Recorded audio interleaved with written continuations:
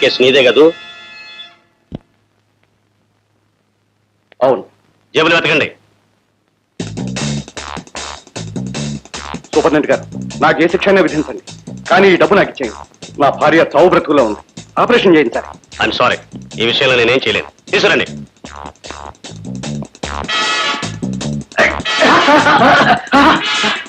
Stop there!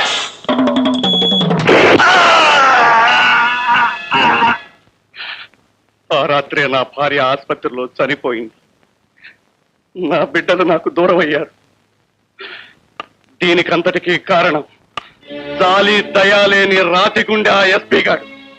నేను jail నుండి విడుదలై వెళ్ళగానే మొట్టమొదట చేయవలసిన పని ఆ ఎస్పీ గారి హత్య. ఆ ఎస్పీ గారి హత్య.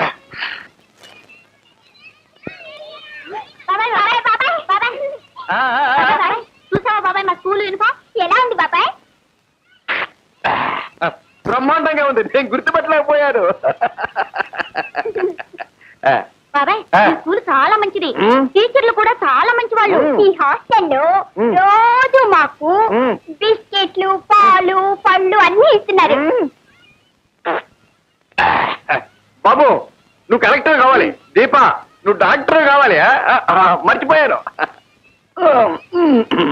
ఇదిగో తీసుకోండి. అరే వేరుశనగలు ఇక్కడ ఎవరు బాబాయ్? అందుకే తెచ్చారు, తినండి.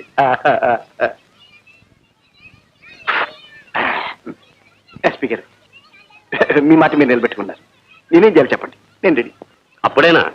ఇంకా నీకు కొంత ట్రైనింగ్ అవసరం. కమాన్ కమాన్.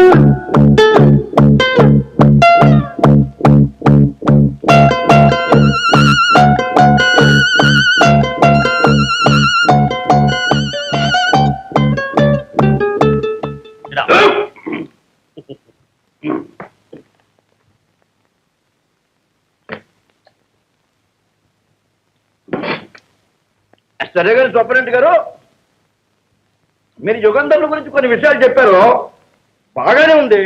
కానీ వాడి ముఠాలో మనుషుల పేర్లే నాకు తెలియదే. ఇక అలవాటు ఏమిటో, వ్యవహారం ఏమిటో, మంచి ఏమిటో, చెడు ఏమిటో నాకు బొత్తిగా తెలియదు సార్. దానికి ఒక ఉపాయం చెప్తాను. చెప్పండి.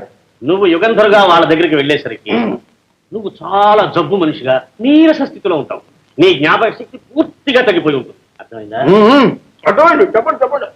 నువ్వు అక్కడ యుగంధర్ గత జీవితం, అతని మిత్రుల వివరాలు, ఇతర విశేషాలు తెలుసుకున్న కొద్దీ నీ జ్ఞాపక శక్తి క్రమంగా పెరుగుతూ వస్తుంది. అర్థమైందా?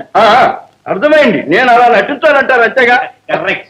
హోటల్ సూపరింటెండెంట్ గారు మరీ నన్నంత బొత్తిగా మొద్దు సమాజ్ కింద దొంగట్టుకోండి సార్. ఆగా యుగంధర్ కిల్లీలు వేసుకోడు. అమ్మగారిది కొడుకు చనిపోయే పోనీ ఏం చేద్దాం? మానేద్దాం. ఇంతకీ వాళ్ళ ముఠాలోకి వెళ్ళి చేరేదట సూపరింటెండెంట్ గారు? దానికి ఒక ఉపాయం ఉంది, చెప్తాగా. హలో మిస్టర్ వర్మ, నేనెవరు ఏమిటి అని పిచ్చి ప్రశ్నలు వేయకండి. యుగంధర్ జాడ చెబుతాను, జాగ్రత్తగా వినండి. బొంబాయికి వెళ్లే రోడ్డులో 46వ మైలుకి తూర్పుగా ఒక కొండ ఉంది. ఆ కొండ మీద ఒక పాడుబడ్డ బిల్డింగ్ ఉంది. అందులో యుగంధర్ చాలా జబ్బు స్థితిలో తలదాచుకుని ఉన్నాడు. అలాగా? ఏమిటి సార్, యుగంధర్ జాడ తెలిసింది. Come on let's go. Excuse me. Hello mister David. Mister Jagannath, good news. Yugandhar జాడ తెలిసింది. రియలీ? అవును సార్, ఇప్పుడే ఎవరో ఫోన్ చేసి యుగంధర్ జాడ చెప్పారు. అయితే ఇంకా ఆలస్యం ఎందుకు? పదండి వెళదాం. కమాన్.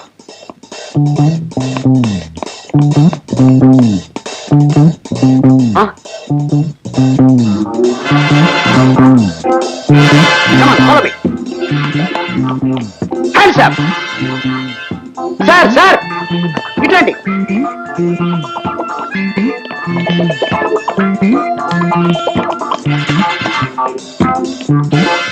యుగంధర్ లే, గెట్ అప్.